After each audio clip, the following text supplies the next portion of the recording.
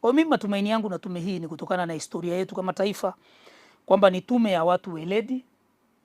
Nikiangalia aina ya wajumbe wa ile tume,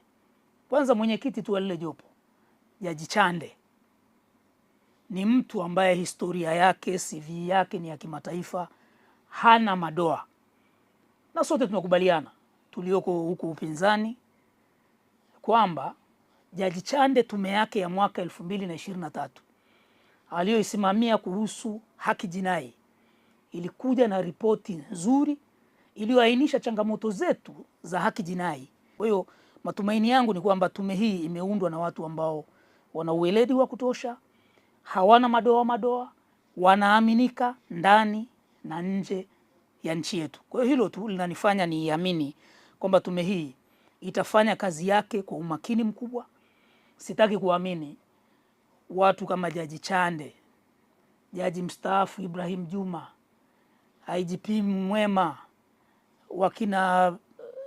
Luteni Jenerali Meela, kwamba wakina Ombeni Sefue, katibu mkuu kiongozi, balozi na mabalozi wengine walioko pale watakuwa tayari kwenda kuharibu sifa na heshima yao ambao wameijenga kwa miaka mingi katika taifa letu ndani na nje ya nchi yetu. Kwa hilo linanipa matumaini, niamini tume, na ndio maana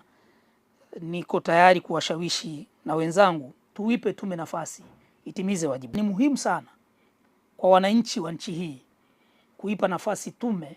itimize wajibu wake, ije na ripoti, ili kama taifa sasa tukishajua tulijikwaa wapi, tuanze kutafuta majawabu kuanzia pale tulipojikwaa, tuanze kusogea mbele tukiwa wamoja kama taifa na kama nchi moja ambayo haina mjomba wala shangazi wa nje ya nchi. Amini tume hii ya Jaji Chande ina uwezo wa kwenda kufanya hiyo kazi, kwa sababu ni tume ya watu weledi na wenye uwezo wa kufanya hii kazi kwa maslahi mapana ya nchi yetu, na ni wazalendo kweli kweli kwa taifa letu.